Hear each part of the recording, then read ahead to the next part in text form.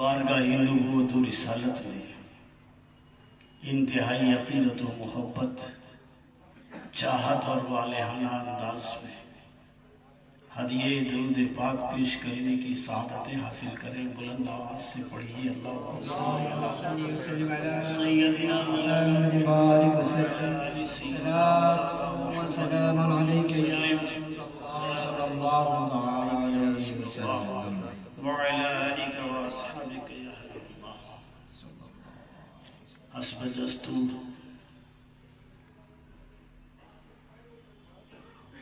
आशिक़ रसूल शायर इस्लाम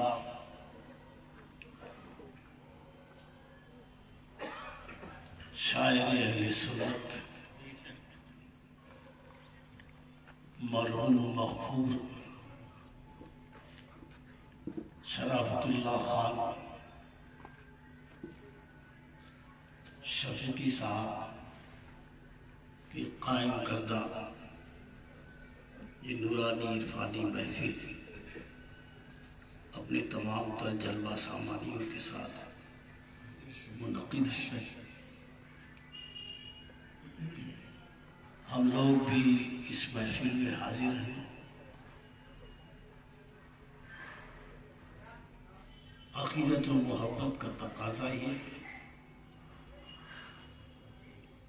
कि आइज़ ज़िक्र नुमानी लना वइन्न ज़िक्रुहु मिस्कुन।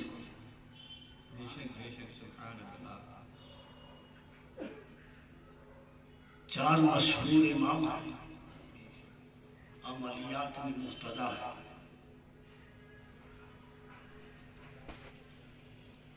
एक इमाम जिनको दुनिया इमाम आज़म कहती है,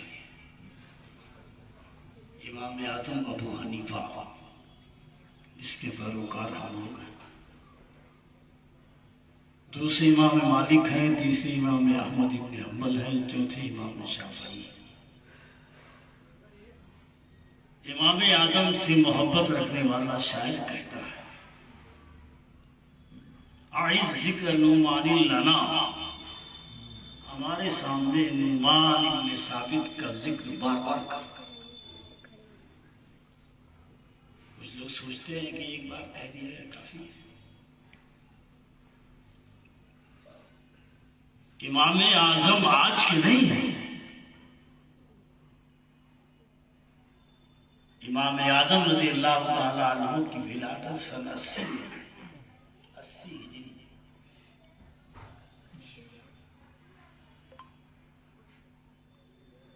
आज का नहीं, उन्हीं के ज़माने का है। शायद ये नहीं कि 200 साल बाद 300 साल बाद नहीं। आइज़ ज़िक्र नुमानी लना फ़इन्न ज़िक्रुहु मिस्कुन, उनका जिक्र मुश्क है। और आज के लोग मुश्क जानते नहीं, महंगाई की वजह से, कामयाबी की वजह से मुश्क की खासियत जानते हैं। बज़ाहिर देखने में अच्छा नहीं लगता,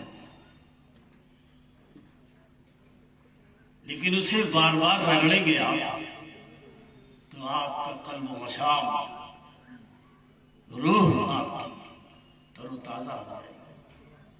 कभी गौर नहीं किया कि मुश्क इतना महंगा क्यों है? बहुत सी खुशबुएं हैं, इत्र है, लेकिन उनमें सबसे ज्यादा महंगा मुश्क है। वजह क्या है? महंगा इतना है कि डुप्लीकेसी उसकी हो गई, नकली विषय ज्यादा है। ये मेरी बात कल ही आप मालूम कर सकते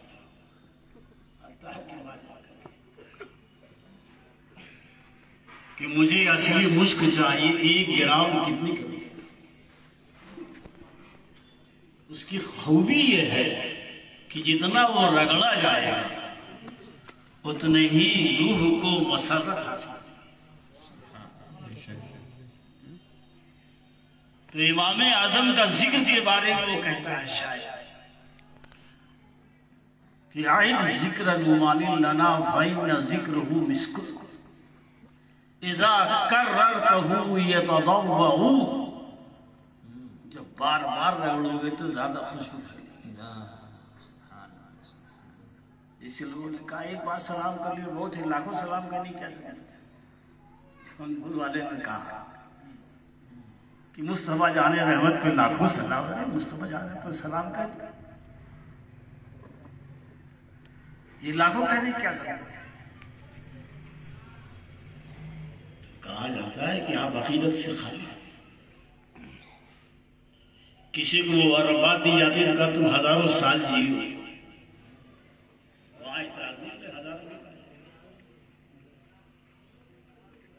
और हर साल के कितने दिन हो अनगिनत।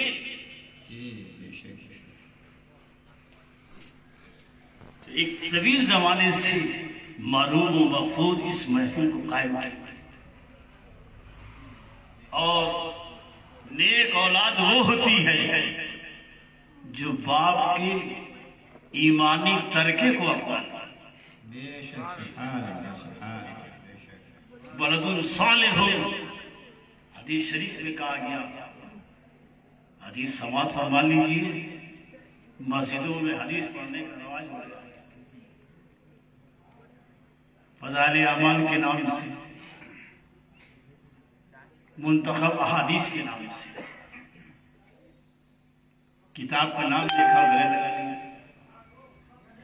हम आपको हदीस सुनाते हैं।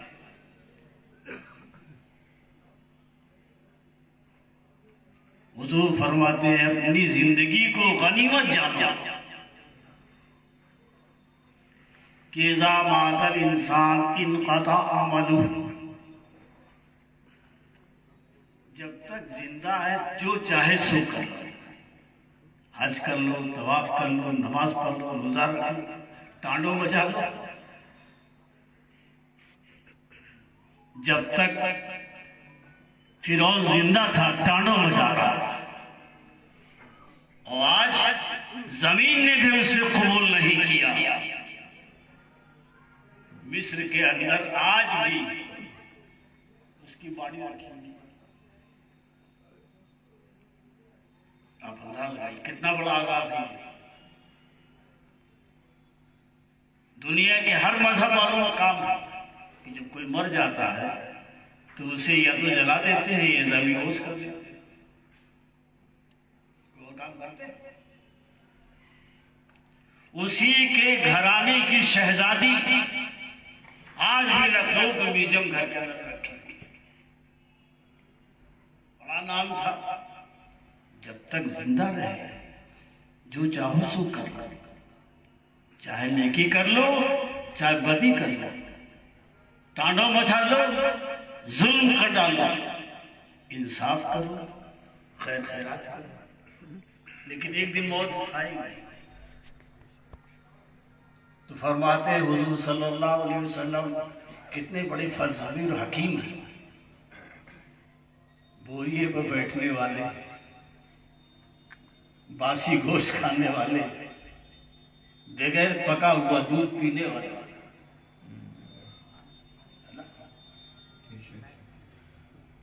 दावत कर दे, दाल रोटी खिला दे तो आप उसको दावत नहीं समझते, खिलाने वाले की अहमियत नहीं समझते। लेकिन वही 7 पकवान खिला दिए, माशाअल्लाह क्या खूब खिलाया। तो खाने और खिलाने से तारीफ हो रही है, लेकिन वो जो मालिक इंसो जा है, वो जो सयाहे ला मका, वो जो महबूबे खुदा,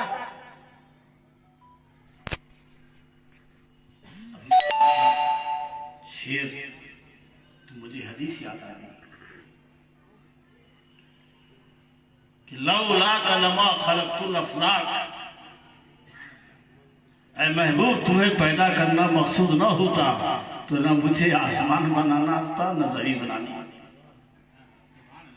न शम्सो कमर और सुरैया के किंदीले रोशन करता। ये सारा जलवा तो महबूब तुम्हारे लिए, जिसको कायदा ने चुनी नो चुना तुम्हारी, ये ज़मीन और ज़मा तुम्हारे लिए, ये मकीनो मकान तुम्हारे लिए, हम यहाँ आए तुम्हारे लिए। लोग कहते हैं मुसलमान कलमा पढ़ने वाला खुदा के लिए है, कितने लोग पढ़ते हैं देख लो भाई, दिन भर हर तरह का काम किए जाते हो, बिस्तर को कोई दुआ पढ़ सोते हो, रात खैरियत से गुजर गई, सुबह आंख खुल गई, दुआ पढ़ते हो, शुक्र अदा करते हो। गजबान में झांक के देख लीजिए कि जैसी आंख खुले तो इसी का पढ़ना चाहिए, अल्लाह का शुक्र अदा करना चाहिए कि मेरी आंख खुल गई, आंख सही है, कान सही है, पैर सही है, हाथ सही है, अल्हम्दुलिल्लाहिल्लज़ी अहयानी बाद मा अमातनी व इलैहिन नुशूर। तो कलमा पढ़ने से नहीं, हम आए हैं, अल्लाह ने हमें पैदा किया है जनाब मोहम्मदुर रसूलुल्लाह के लिए,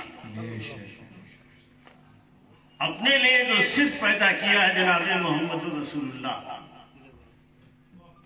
हदीस सुन लीजिए, कुन्तु कंज़न मख्फिया, मैं एक छुपा हुआ खजाना था, फ़अहबब्तु अन उरिफ़ा, मेरी मशीयत मुतकाज़ी हुई कि मैं जाना जाऊं। आईने का फलसफा जानते हैं आप? आईना जानते हैं ना, शीशा जिससे आप अलमारियों में लगा रहता है, घरों में टंगा रहता है, कद्दे आदम शीशा लगाते हैं, क्यों लगाते हैं, क्या फलसफा है? कभी गौर कीजिए, दूसरे को आईना दिखाने के लिए नहीं, अपने लिए। बेडरूम में क्यों लगाते हैं? वहां तो सब आते भी नहीं, किसी को दिखाना हो, अपने को देखने के लिए। आईने का फलसफा अपने को देखने के लिए है। तो अल्लाह तबारक व तआला हकीम भी है, कदीम भी है, रज़्ज़ाक़ भी है।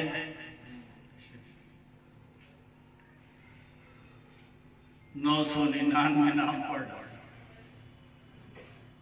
अल्लाह वो है, वल्लज़ी खालिक, समी है, बसीर है। जो चिल्ला रहे हैं मौला अल्लाह की शिर्क हो गया, शिर्क हो गया, अगर रसूलुल्लाह को कह दिया गैर का तो शिर्क हो गया, सारा ईमान चला गया, सारी नमाज हो गई। अल्लाह तबारक व तआला अपने आप को जान रहा है। खुद हदीस में कुन्तु कंज़न मख्फिया, मैं छुपा हुआ खजाना था, फ़अहबब्तु अन उरिफ़ा, मैंने चाहा कि मैं जाना जाऊं। तो क्या किया? आसमान पैदा कर दिया, जमीन पैदा करते। जमीन से अगर खुदा पहचाना जाता तो सब पहचान जाते।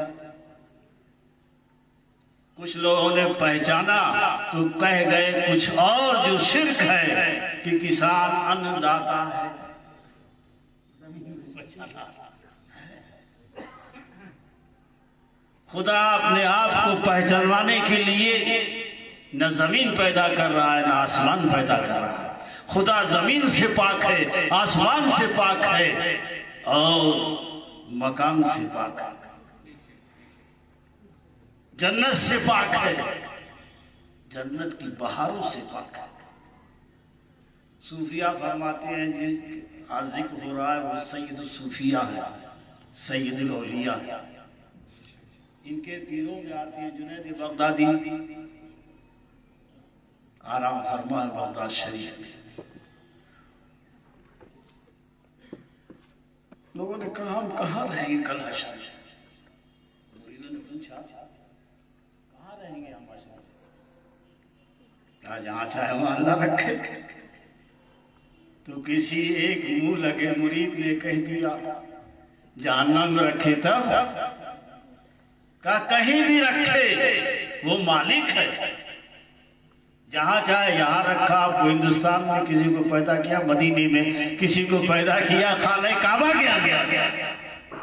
बोलो है कि नहीं? आप तो हर साल सुनते मौलूद काबा, अली अबी तालिब, अल्लाह की मर्जी।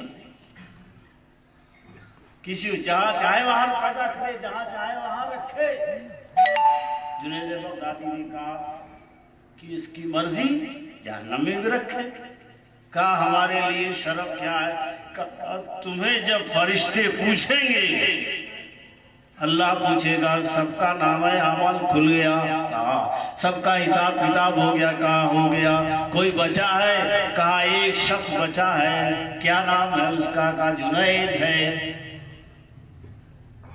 कहा जुनैद? तो ये जुनैद की अकीदत बोल रही है कि अगर मैं जहन्नम में भी हूँ, अल्लाह ताला जब मुझे पूछेगा फरिश्तों से कहाँ है जुनैद, इतनी लज्जत मुझे मिलेगी कि जहन्नम की सारी तकालीफ को मैं भूल जाऊंगा।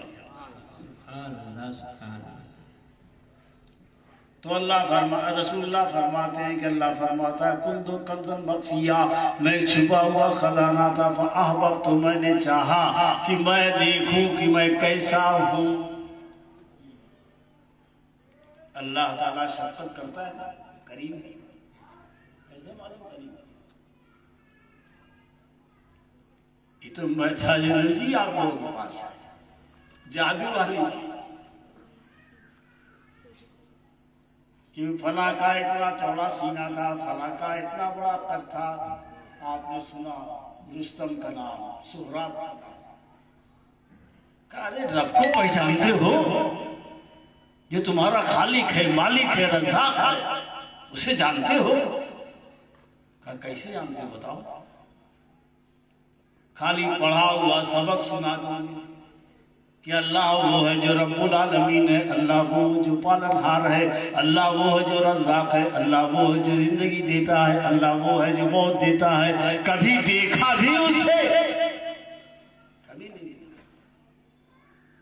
तो अल्लाह ताला अपने आप को दिखाने के लिए चाहता है तो कहता है फ़ख़लक़तुल ख़ल्क़, मैंने पैदा किया मखलूक। हुजूर फरमाते हैं अव्वलु मा ख़लक़ल्लाहु नूरी, अल्लाह ने सबसे पहले मेरे नूर को पैदा किया। हज़रत जाबिर बिन अब्दुल्लाह की रवायत है, हज़रत जाबिर ने पूछा या रसूल अल्लाह, सब बातें बताते हैं, ये बताइए आप कि अल्लाह ने सबसे पहले क्या पैदा किया? पूछा जाबिर बिन अब्दुल्लाह, बहुत बड़े सहाबी। पूछा या रसूल अल्लाह, अल्लाह खालिक है तो उसने सबसे पहले क्या पैदा किया? तो हुजूर ने फरमाया तेरे नबी के नूर को अल्लाह ने पैदा किया। क्यों पैदा किया? एक सवाल ये भी हुआ। काबा बनाया गया तो क्यों बनाया गया? जिसको आप अल्लाह बैत से, मकान से पाक है। जिस दिन मकान मान लोगे उस दिन खुदा महदूद हो जाएगा, लिमिटेड हो जाएगा। और खुदा लामहदूद है, इनलिमिटेड। तो किस लिए बना? और बनवाना चाहता है। हजरत इब्राहिम से कहता है, बल्कि उनसे पहले फरिश्तों से कहा था कि मेरे लिए एक मकान बनाओ। फरिश्तों ने पूछा कहाँ रहोगे, क्या रहने की जरूरत है? कहा नहीं, सिर्फ पहचान के लिए। आईने के सामने खड़े हो गए, आपकी नाक कैसी, आपकी आंख कैसी, आपकी पेशानी कैसी, आपका चेहरा कैसा, आपकी दाढ़ी कैसी, आपके कोट का कलर कैसा है, देखते नहीं देखते? टाई बांधते हैं, देखते जनाबे वाला ये मुखरात लोग। पुलिस हम कहते इतनी मुखराती करते हो तो कम से कम जिस खुदा को मान रहे हो उसको कैसे तुम पहचानोगे, और कैसा खुदा है ये तो बताओ।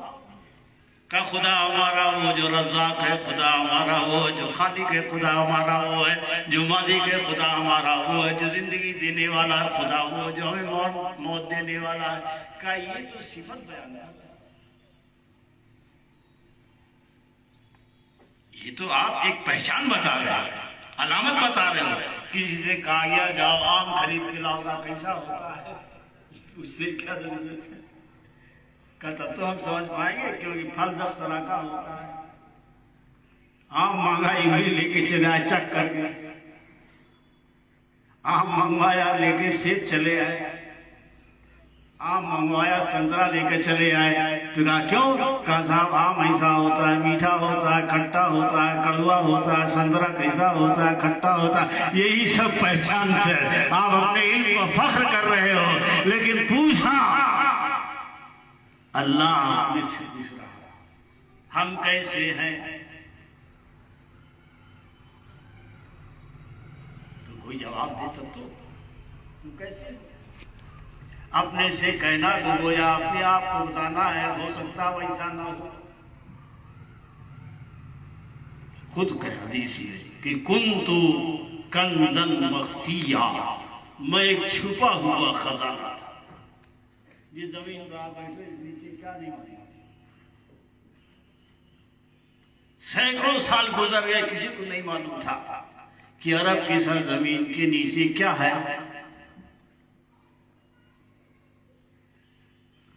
जनाब मोहम्मद रसूलुल्लाह ने इशारे में बता दिया। अक्लमंदों में इशारा काफी है। सुनते थे लोग, जमाना बीतता चला गया। एक वक्त ऐसा आया कि जब कहा है कि जनाब वाला जमीन के नीचे कुछ है तो ढूंढना चाहिए, खोदना चाहिए। कहने वाला वो है जिसने कभी झूठ नहीं बोला। उसकी एक सिफत ये भी है कि मोहम्मद रसूलुल्लाह हक को हैं, आप ना मानो, लेकिन दूसरी कौमें मान रही है।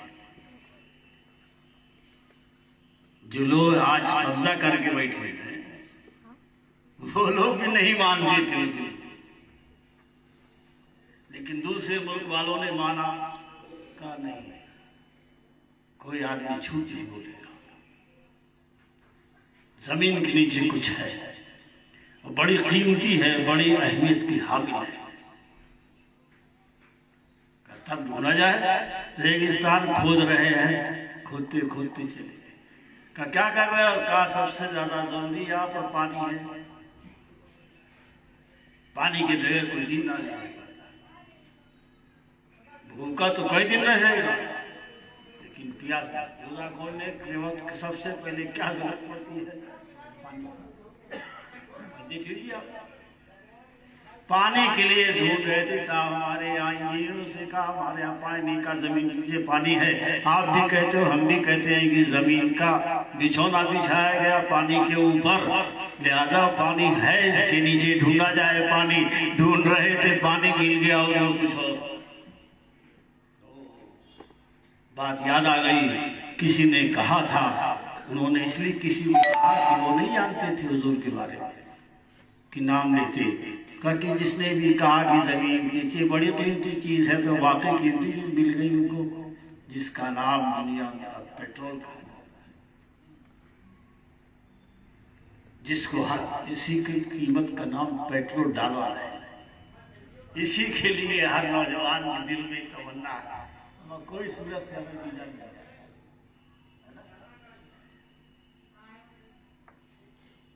दुबई में 15 दिन के लिए रहना गवारा है, लेकिन वहां जाना जरूरी है। क्यों? इसलिए कि वहां पेट्रोल डॉलर मिलता है, रियाल की शक्ल में। तो अल्लाह ताला ने कहा कि मैं छुपा हुआ खजाना था, मैंने चाहा कि मैं पहचाना जाऊं, लिहाजा खलक़तुल खल्क़, मैंने पैदा किया मखलूक को। तुम सवाल ये होगा मखलूक में जमीन पहले कि आसमान पहले? ये बचपन में तो सुनाया जाता है, बताओ पहले मुर्गी पहले अंडा है, आप हंस के उड़ा देते। ये एक समझदार का आपके इल्म पर तंजिया है। ये बताओ कि पहले मुर्गी है पहले अंडा है? तो अब ये हुआ कि पहले जमीन है कि पहले आसमान है? सवाल ही पकड़। पहले खालिक है कि पहले मखलूक है? मखलूक है तो कहाँ है, कैसी है? सबसे पहले मखलूक कौन सी है? पहले अंडा है कि पहले मुर्गी है? तो ये बताओ सबसे पहले मखलूक कौन सी है? तो हुजूर सल्लल्लाहु अलैहि वसल्लम, जिनसे खुदा बात करता है, जिब्राइल अमीन सारा पैगाम लेकर के आ रहे हैं। जो उन्होंने कहा वही हुआ। तो कहा कि अव्वल मा खलक़ल्लाहु नूरी, अल्लाह ने सबसे पहले मेरे नूर को पैदा किया। अल्लाह, इस नूर को लोग मामूली समझते हैं। मैं हदीसी की बात कर रहा हूँ, किताब का नाम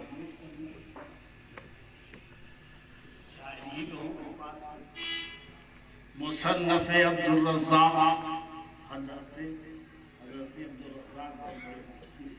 जैसे इमाम बुखारी बहुत बड़े मुहद्दिस, इमाम मुस्लिम बहुत बड़े मुहद्दिस, इमाम तिर्मिज़ी बहुत बड़े मुहद्दिस, वैसे ही अब्दुल रज़्ज़ाक़ बहुत बड़े मुहद्दिस। उन्होंने किताब लिखी जिसका नाम मुसन्नफ़ है। मुसन्नफ़, उस किताब में उन्होंने यही हदीस लिख दी है। और बहुत बात के नहीं है कि गाँव क्या लिख दिया हो, करबला का मैदान समझ के लिख दिया हो, ऐसा नहीं है।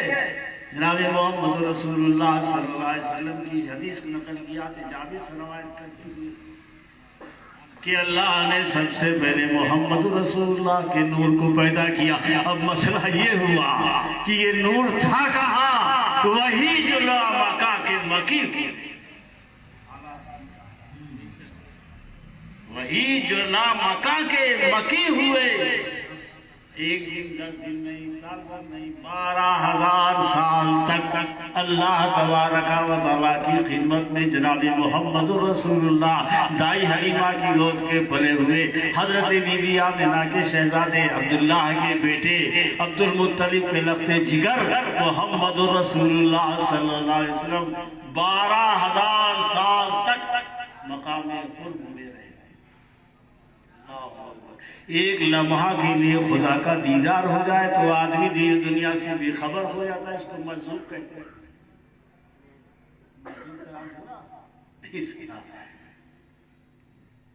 शाही पुल पर एक मस्जिद है, उसमें एक आस्थाना है हज़रत सैयदना शाह शेखुर रहमतुल्लाह,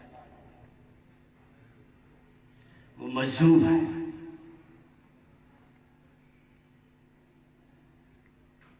दिल में हर मुसलमान की ये इश्क करवटें लेता रहता है कि हम इतनी बड़ी जात को देखें तो,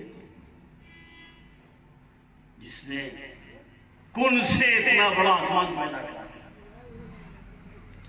लफ्ज़े कुन कहा, हो जा, इतनी बड़ी जमीन पैदा कर दी। चलते रहिए, आप कभी इस किनारे को पहुंच ही नहीं सकते। इतना बड़ा पानी का जखीरा समुंदर पैदा करते हैं कि जिसकी तह नहीं मालूम, जिसकी लंबान चौड़ान नहीं मालूम। वो इतनी कुव्वत वाला पावरफुल शख्सियत, कम से कम उसे एक बार देख तो ले।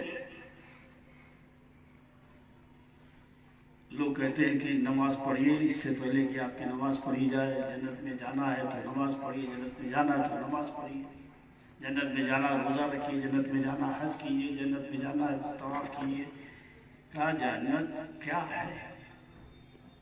कहा अरे आपको नहीं मालूम, हेवन, खूबसूरत जगह है। और सबसे बड़ी खूबी ये है कि जिस चीज की ख्वाहिश करो फौरन वो चीज सामने हाजिर हो जाएगी। जन्नत की खूबी। तो पूछा गया कि सबसे बड़ी नेमत जन्नत में क्या कौन सी होगी? बताइए कौन सी? खाने में कौन सा खाना होगा? फल में कौन सा फल होगा? हदीस शरीफ में आया हुआ कि सबसे पहले जन्नत के अंदर लोगों का इस्तेमाल होगा। किस चीज से इस्तेमाल होगा? बुखारी शरीफ में है कि मछली के जिगर से। जिसको आजकल पढ़े लिखे लोग कहते हैं स्टार्टर। बारात आई, सबसे पहले उनको क्या पेश किया जाए? कहा सबसे पहले तो वो काम होना चाहिए था जिसके लिए बारात लेकर के आए हो, यानी निकाह की तैयारी करो। जिसके लिए आप आए हो दुल्हन के वास्ते, तो दुल्हन को एजाजी सामान जो देना है, जिसको आप क्या कहते हैं कि आपको सामान भेजना है घर के अंदर, वो तो करते नहीं। सबसे पहले बेटे का बाप भी, दादा भी, चचा भी, सब ये अरे भाई कहाँ घर वाले? हमारे मेहमानों को नाश्ता। बोलिए अली साहब है कि नहीं साहब? अभी शादी में गए होंगे, दिखाओ। बल्कि मजाक लोग कहते हैं हम इसीलिए आए हैं बारात में कि खाएं, और कह के लिए आए। बोलो तो सबसे पहले क्या काम है? मंगनी में तय होता है कि आप हमारे बारातियों को भेल नाश्ता दीजिए, अच्छा उनकी इज्जत कीजिएगा, अच्छे खाने से इज्जत कीजिएगा। तो जब आप जन्नत में जाएंगे तो आपको फरिश्ते इस्तेमाल करेंगे। तो सबसे पहले आपके लिए क्या पेश करेंगे? तो बुखारी शरीफ में लिखा हुआ जब बंदा जन्नत के अंदर जाएगा तो फरिश्ते उसका इस्तेमाल करेंगे और उसके सामने खाने के लिए मछली का जिगर पेश करेंगे। ये तो साफ हो गई स्टार्टर की बात। क्या मिलेगा खाने को, इसकी बात होगी। आप क्या चाहेंगे कुछ बताइए। तो सबसे बड़ी नेमत जन्नत के अंदर उसका दीदार होगा जिसके दीदार के लिए मूसा तड़पते रहे। अरे नहीं है अल्लाह, मुझे अपना जलवा दिखा दे, अपना जलवा दिखा दे। ऊपर से हुक्म आ गया लन तरानी, तुम मुझे देख नहीं सकते। हज़रत मूसा मुस्तजाबुद दावत है, जो मांगे वो मिल जाता है। दुनिया की निमत मांग के मिल जाता है। जब मूसा अलैहिस्सलाम ने कहा, अभी किसी शायर ने पढ़ा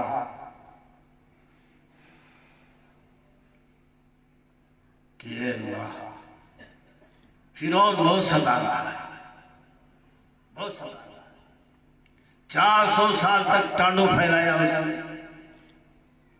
और मोहल्ले में अगर कोई आता है शराब पी करके तो चंद घंटे करता है टांडो, वो 400 साल तक करता है। हजरत मूसा ने कहा इस जालिम से बचा, अच्छी बात है। हजरत मूसा अलैहिस्सलाम हजरत हारून को लेकर और अपने चाहने वाले सहाबियों को लेकर के जा रहे हैं दरिया नील की तरफ।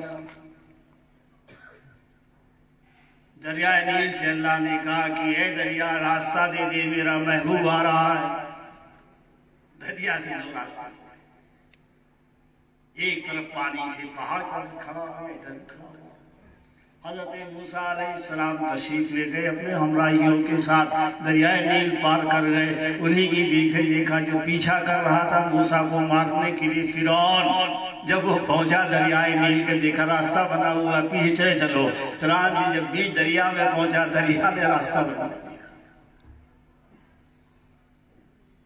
उन्होंने मांगा, रास्ता मिल गया, इसे रास्ता नहीं मिला। तो हजरत मूसा ने तमन्ना की, मैं तुझे एक बार देखना चाहता हूँ। अरे नील मुझे दिखा दे अपना जलवा। कुरान में है ये। तो अल्लाह ने कहा लन तरानी, तुम मुझे देख नहीं सकते, तुम मुझे देख नहीं सकते। अगर देखने ही ऐसे ही ख्वाहिश है तो पहले मेरी एक तजल्ली देख लो। फतजल्ला रब्बुहु, तो तूर पर अल्लाह तआला ने हजरत मूसा की तजल्ली फरमाई, रुबूबियत की तजल्ली। जैसे आप दावत खा रहे हो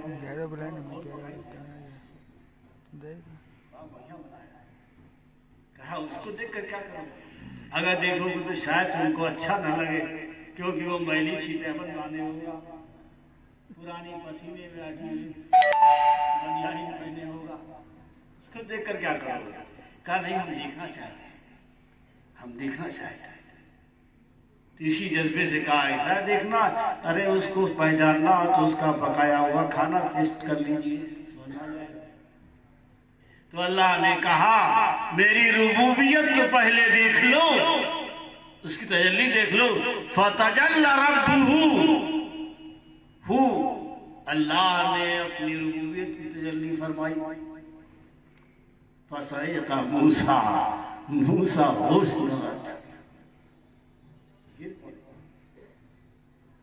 फखर्र मूसा सयका, मूसा अलैहिस्सलाम इस तजल्ली को देख नहीं पाए, रुबूबियत की तजल्ली, और गिर पड़े।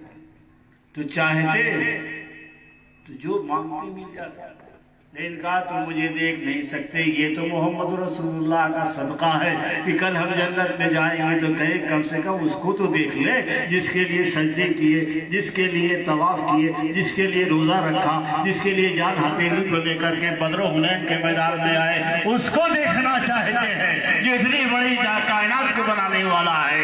एक बार उसने कहा कौन इतना बड़ा आसमान हो गया। आपने कहा 10,000 आदमी खाना कौन बनाएगा?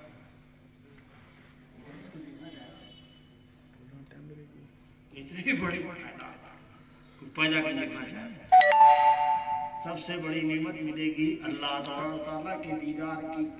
तो अल्लाह तबारक व तआला अपने दीदार को सबसे पहले अता फरमा रहा है हलीमा के लफ्ते जिगर, हजरत आमिना के बेटे अब्दुल्ला के नूरे नजर, हुजूर अहमद मुश्तबा मोहम्मद मुस्तफ़ा सल्लल्लाहु अलैहि वसल्लम के नूर को पैदा किया, जिसको हमारे आलत यही कहा है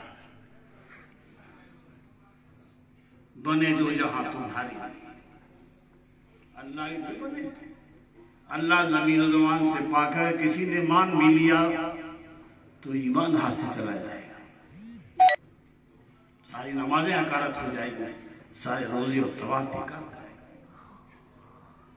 इसी को वही ला मकान के मकीन, खुदा तो वो है जिसका न कोई मकान है ना वो मकान में रहने वाला है।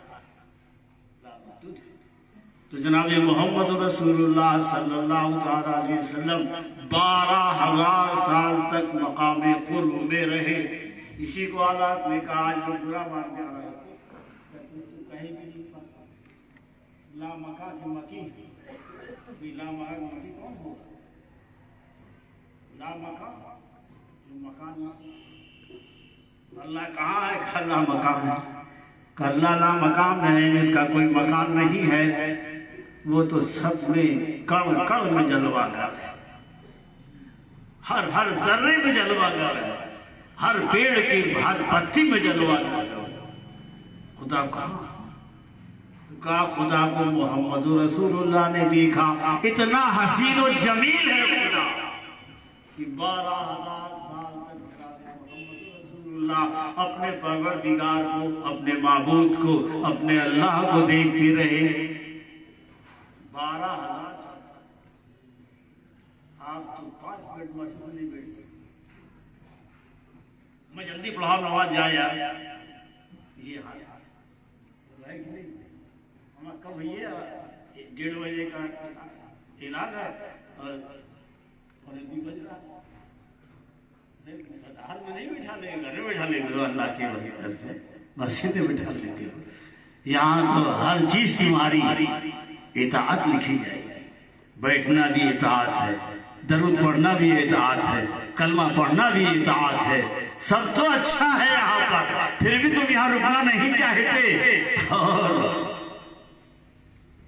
कैसेट की दुकान में खड़े होना आदि उम्र को चलते हैं यार, जैसा सुन ले स्पीच चल रही, रुक जाए यार देख ले।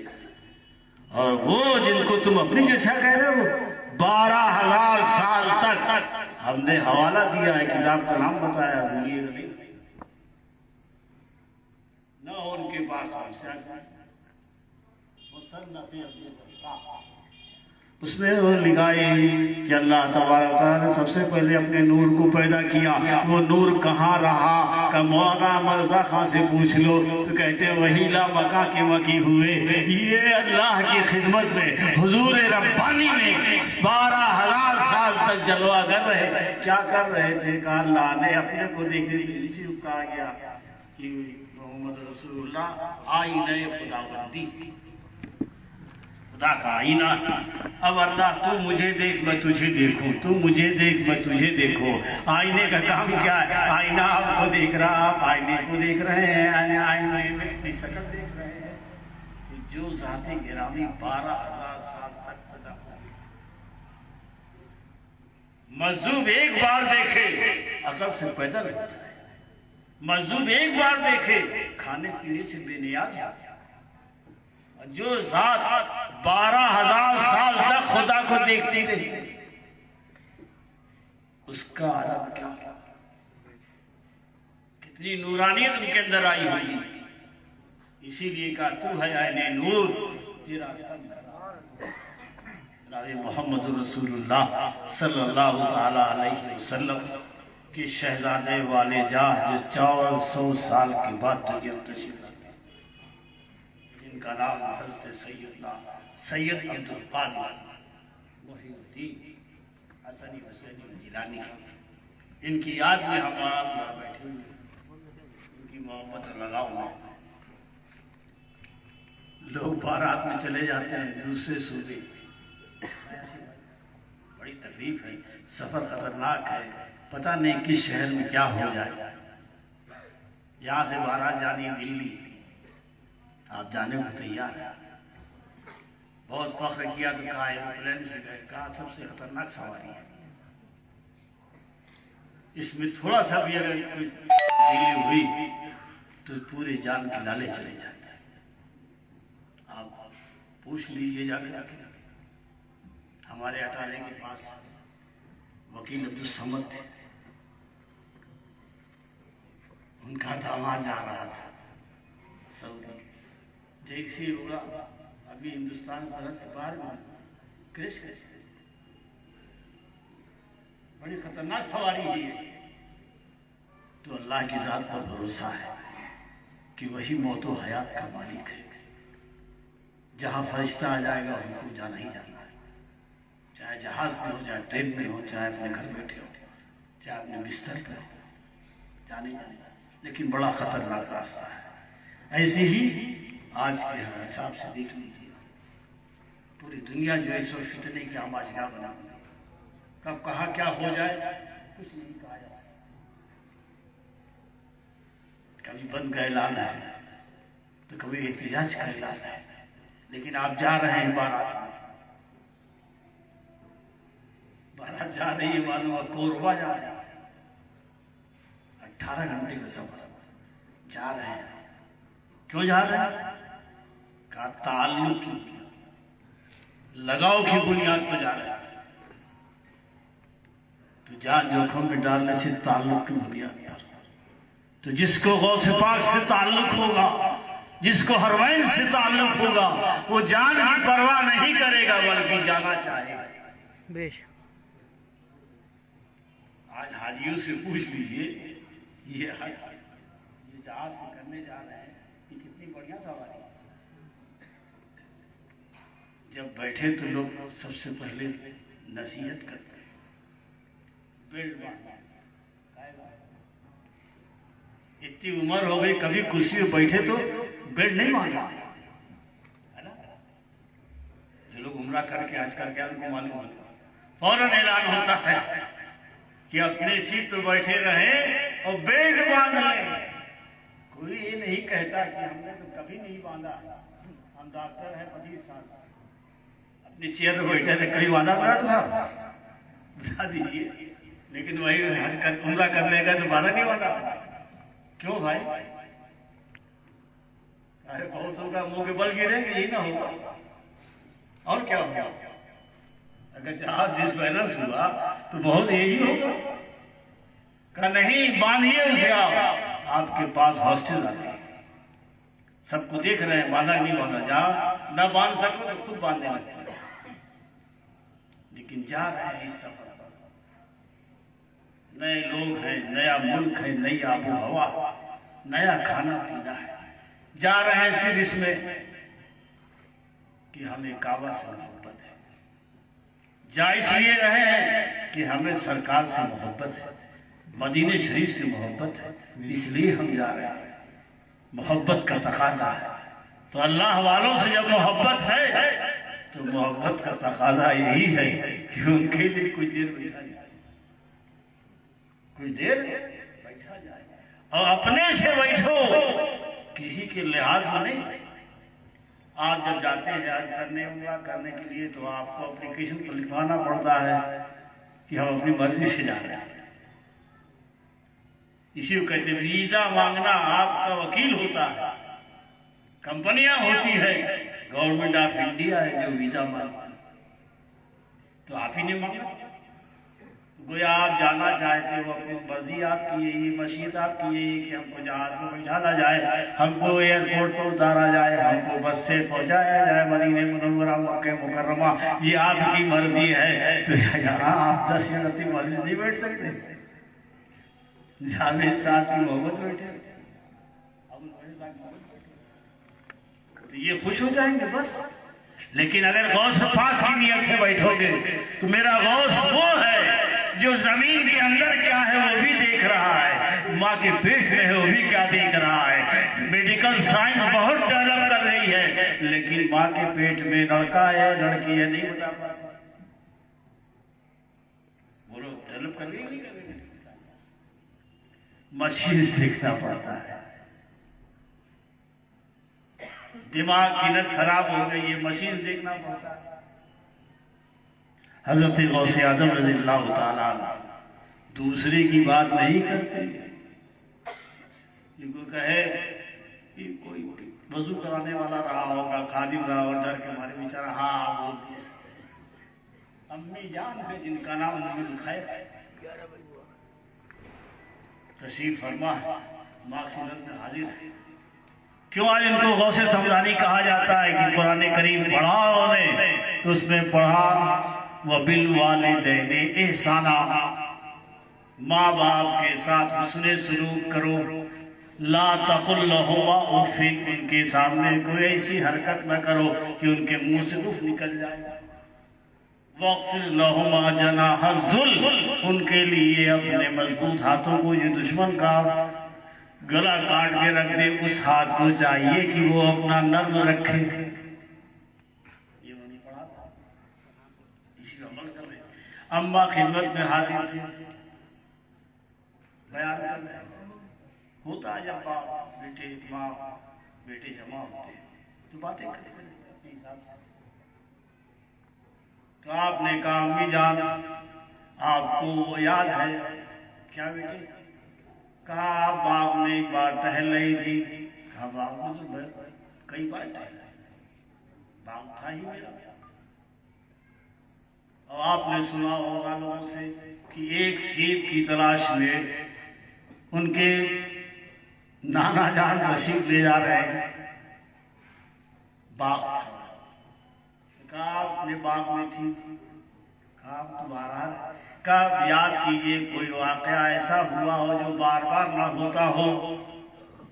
का एक बार हम तुम पेट में थे तो हमारे पेट में बड़ी तकलीफ हुई। क्या जानती अम्मी जानी क्यों हुई थी? क्या अलग आने का मैं बताता हूँ क्या। अब पूरा वाकया सुना रहे हैं। हजरत सैयदना गौसे आज़म रज़ियल्लाहु ताला कि अम्मी जान आप जा रही थी, बाग में टहल रही थी, आपको भूख लगी। तो उमन टहलने के बाद आपको प्यास लगती है, सुबह टहलते हैं ये दौड़ लगाते हैं, लोग कहते हैं बादाम खा ले चना खा ले। तो ऐसे ही उनके बाग में अंगूर था। तो कहा कि मैं टहल रही थी, मुझे प्यास और भूख लगी।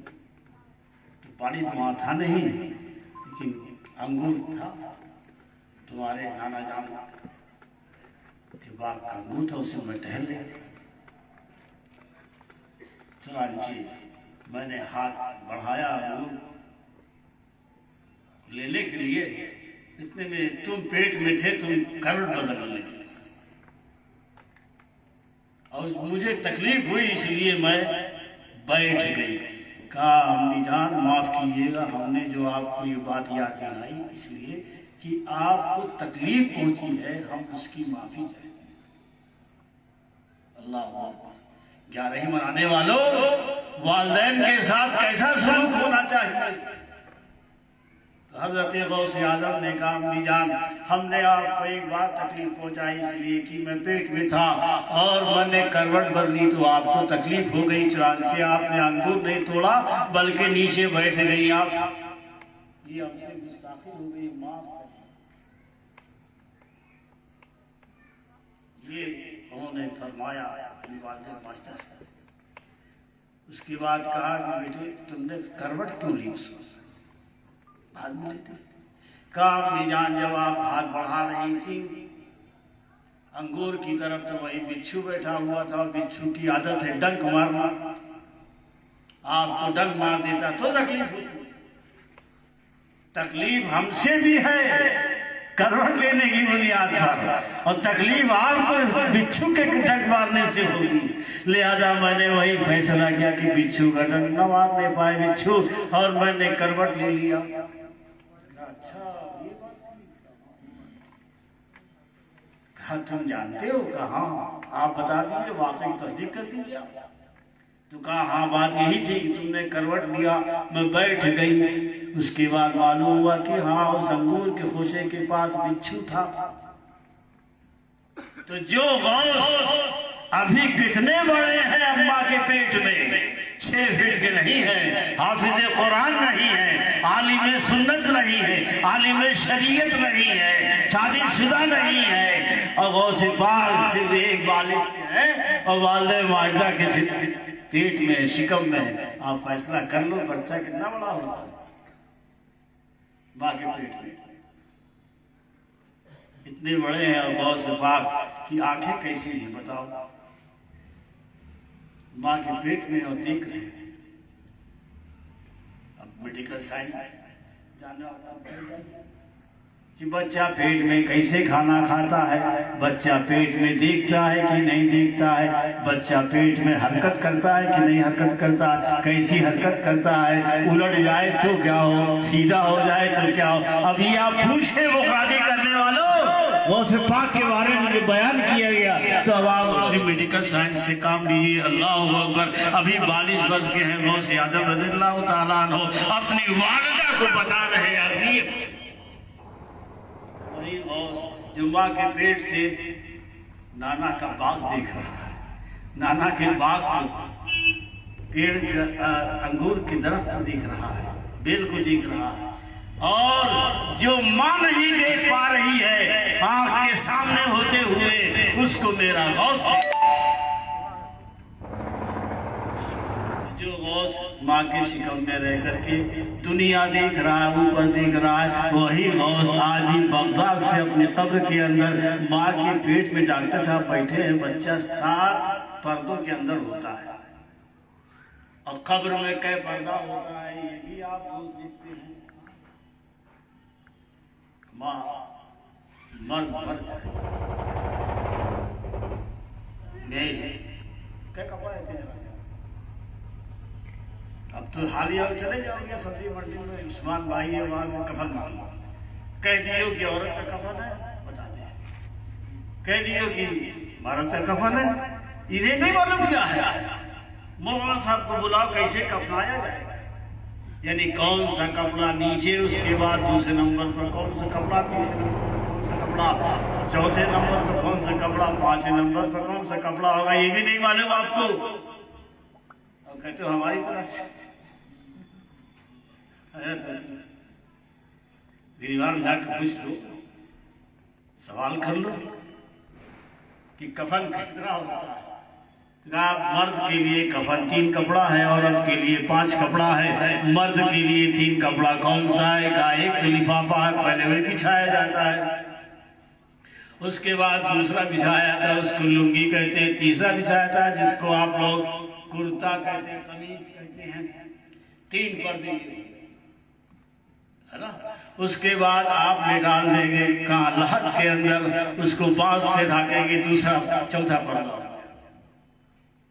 बांस के बाद अब आप उसके ऊपर चटाई लगाते हैं, चौथा पांचवा पर्दा। अब चटाई के ऊपर आप जनाने वाला मिट्टी थोपते हैं, उसी तो देर होती है दफनाने में। मिट्टी का लोंदा बनाया जा रहा है, बना बना के थमा रहे, आप लोग खड़े हैं दुनिया की बात कर रहे हैं। और बेचारे जो 3 लड़के कब्र में उतरे हुए हैं वो छोप रहे हैं। ये कौन सा पर्दा हो गया? 3 1 4 5वां छठा हो गया ना। अब उसके बाद मिट्टी डाली जाएगी, ये 7वां पर्दा है।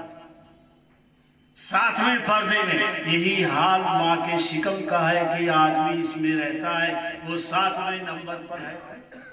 ये तो जो लोग ऑपरेट करते हैं उससे आप पूछ सकते हो कि साहब बच्चा ऑपरेशन से पैदा होगा का कै पर्दा हटाते हो? उन्हें खूब मालूम है, हर पर्दे को पहचानते हैं, जानते हैं, क्योंकि उसको फाड़ने के बाद फिर जोड़ना होगा, तो ऐसा ना हो कि पहले वाले को दूसरे से जोड़ दे। बोलिए है कि नहीं? अल्लाह अकबर। तो जो गौस मेरा 7 पर्दे के अंदर माँ के शिकम में है और माँ को देख रहा है, अब माँ के हालात वही गौस आज भी कब्र के अंदर है, 7 पर्दे के अंदर है, आज भी बाहर देख रहा है कि कौन किस हाल में है। अल्लाह तबारक व तआला गौस आजम के नजर इनायत को हम पर करे, ताकि हमें देखे वो और हमारे लिए तत्हीर करे, सफाई करे। अल्लाह तबारक व तआला कि यहाँ पाक दिल, साफ ईमान वाला दिल मजबूत होता है, और ये होता है फैज़ान नजर से, जिसको अल्लामा इकबाल भी कह गए थी मकतब की करामत की था फैज़ान नजर। किसने सिखाई इस्माइल को आदाब फर्जंदगी? लेकिन फर्जंद का जो अदब है, आज अब्बा कहें जाओ बेटा 400 से 5 लाओ, कहा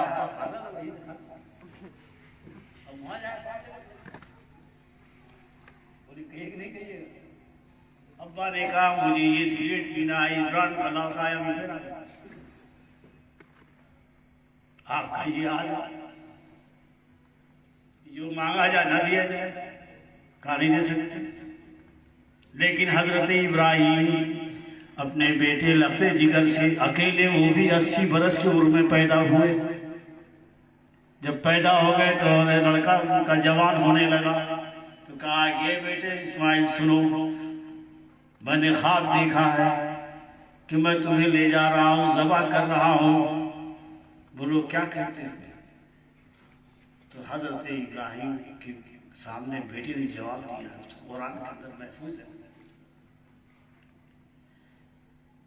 इफ़अल मा तुअमर। अब्बू जान कीजिए जो आपसे कहा जा रहा है। कहा बेटे छुरी चलेगी, जिस्म से रूह अलग हो जाएगी। जवाब देखिए, इसे कहेगा लेने जाओगे तो पसीने पसीने हो जाओगे, रास्ते के रास्ते ना हमवार है, धक्का खा सकते हो, दब सकते हो, गिर सकते हो।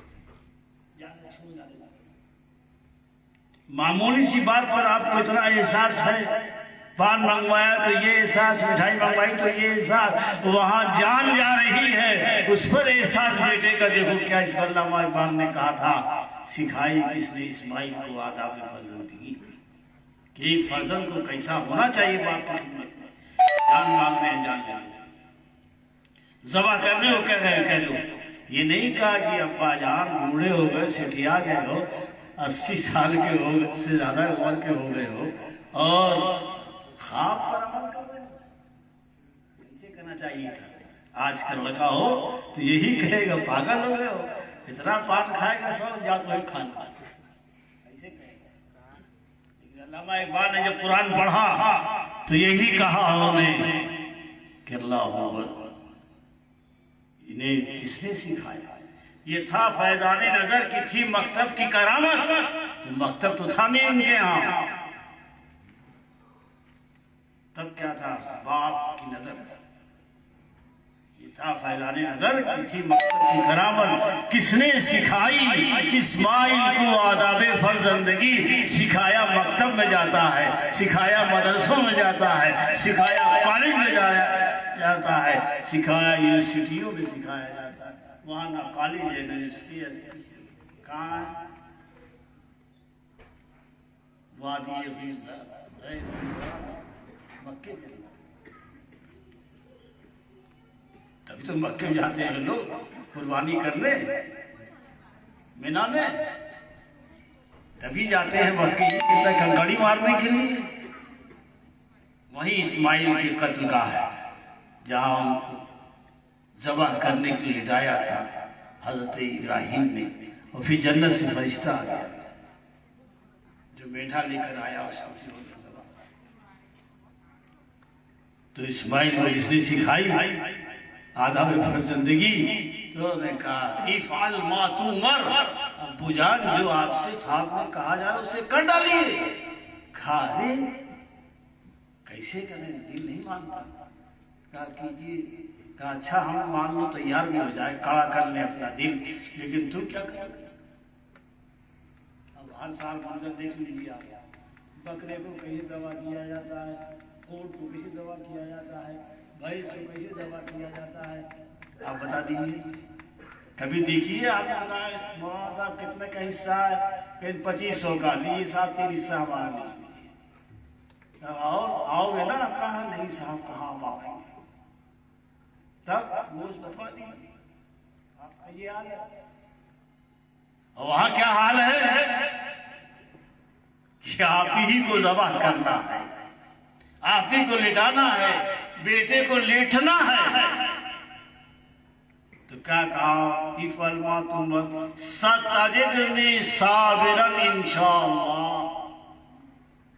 पुजान मुझे आप भागने वाला ना पाइएगा, मुझे नाफरमानी करने वाला ना पाइएगा, बल्कि रिज़ाए रब्बानी पर सब्र करने वाला पाइएगा। यहाँ से भी जवाब मिल गया। जो लोग कहते हैं कि हुजूर कुछ नहीं कर सकते तो अपने चहीते नवासे गिले कर देते,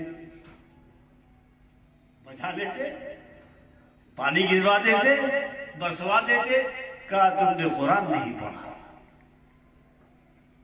हुजूर उन्हीं की औलाद में, इस्माइल की औलाद में है। इस्माइल का जवाब क्या था? सतजिदुनी साबिरा, अब्बू जान मुझे सब्र वाला पाइएगा।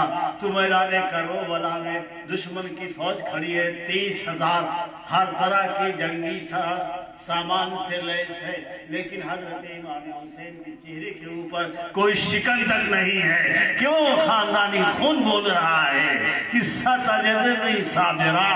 लोगों ने कहा, हुर ने कहा वापस चले जाइए वरना काट डालेंगे ये सब। लोगों ने कहा चले जाइए वरना मार डालेंगे सब। सतजिदुनी साबिरा, मुझे सब्र वाला पाइएगा। अब्बा जिसके सामने 6 महीने के बच्चे का लाशा रखा हो, एक होता है तभी मौत मरना, एक होता है मार डालना। मौला ने तीर से मारा, देखिए इमाम हुसैन की गोद में। अल्लाह हमारे सामने लड़के को मार दी, इतनी बड़ी हिम्मत हो गई। वहां सामना नहीं, गोद में। तो हजरत इस्माइल का ये जवाब याद रखिए जो कुरान ने महफूज किया है। कुरान करीम के अंदर सतजिदुनी साबिरा, मेरे वालिद मोहतरम अब्बू जान शेखुल अंबिया, और मुझे सब्र करने वाला पाइएगा। इस सब्र का इम्तिहान भी कैसे दिया है हम? हाँ हम साबिर कहने से क्या होगा? वहाँ सब इस्माइल का सामने है कि बेटे को लिटा दिया, और बेटा ये नहीं कहा कि अब्बा जान आपका हाथ कांपने ना पाए, बल्कि मंजिल ऐसी थी कि उन्होंने अपनी आप को पट्टी लगा ली। इंसानी फितरत के तहत चुरांचे चाकू लिया, छुरी को गर्दन पर लगाना चाहा, जैसे ही गर्दन पर रखा वैसे ही खुदा की हिकमत मुतकाजी हो गई। जिब्राइल अब सिदरा बना रहो, फौरन जाओ मीना के अंदर और वहां से इन्हें हटाओ, इस्माइल को और उनकी जगह पर मेढा बैठा लो। आप लोग कर रहे हैं, मुझे इस वाक़े से ये बताना है कि अल्लाह अकबर, गौसे पाक रज़ी अल्लाह ताला अन्हु अपने माँ की शिकम में, अपने कब्र में देख रही, जज्बा लेकर गए थे हम, क्यों हुई वो गौस है कि हम हिंदुस्तान की सरजमीन पे हों तब भी देख रहा है, और अगर बगदाद शरीफ में आस्थाने पर हाजिर है तब भी मेरा गौस देख रहा है। अब बादशाह जिसे चाहे जो दे दे, इतना एहतजाज हो रहा, मोदी दे रहे हैं सिर्फ 300 काम हटाना। कितने मर गए, कितने परेशान हो गए, और आज भी परेशानी झेल रहे हैं, लेकिन नहीं दे रहा हिंदुस्तान का बादशाह। तो वो भी हमारे गौस पाक बादशाह, जिसे चाहे जो दे दे, तो देने को भी दिया। कहा मैं तो बहुत गैरत वाला हूं, तुमसे कुछ नहीं लूंगा, कि मेरे दादा ने नहीं लिया था किसी से। भूखे रहे हुजूर सल्लल्लाहु अलैहि वसल्लम, फाका में रहे, पियासे रहे, उनके नवासी पियासे रहे, जो हजरत गौस आजम के दादा है, जिनका नाम हसन है और जिनका नाम हुसैन है, इसीलिए उनके नाम हसनी हुसैन लगाया जाता है, ताकि समझ जाओ ये कौन से सैयद साहब हैं। कहा हसन और हुसैन वाले हैं, हुसैन वाला सैयद जो होगा वो किसी से कुछ नहीं लिया होगा कुछ, बल्कि दे दिया। आपने सुना होगा जो भी कह रहे थे मौलाना साहब कि बगदाद आ रहे हैं, रास्ते में डाकुओं ने हमला कर दिया। हर आदमी अपने माल को बचाना चाहता है, ऐसे मौकों पर झूठ को हीला कहा जाता है, ऐसे मौकों पर झूठ को मजाक कहा जाता है। इन गौसे पाक ने कहा ना झूठ ना हीला, हक हक। क्यों? माँ ने कहा था बेटा कुछ भी हो जाए कभी झूठ न बोल।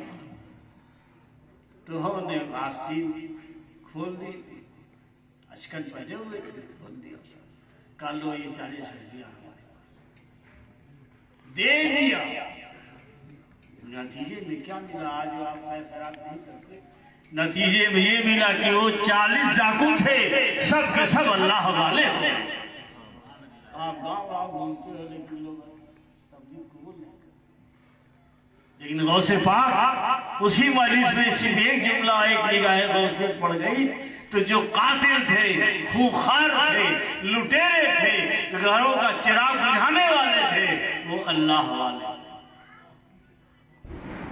तो आज भी वही गौस, आज भी उसकी नजर पड़ गई, तो आज भी हम कुछ बन सकते हैं, लेकिन शर्त यही है कि गौसे पाक को इस लायक समझे।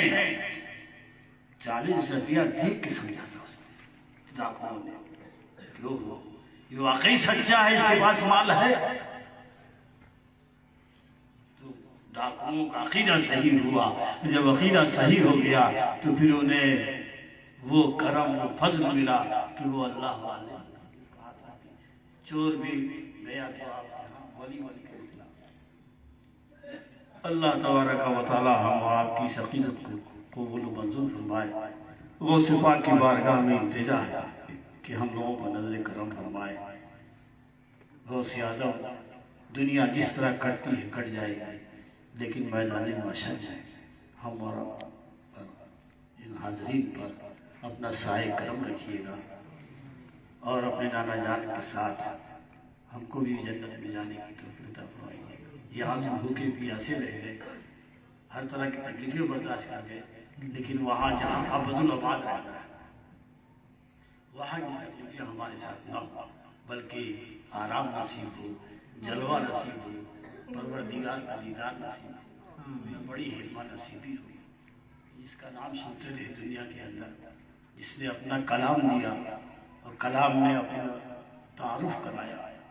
अल्लाह ने तारुफ कैसे कराया?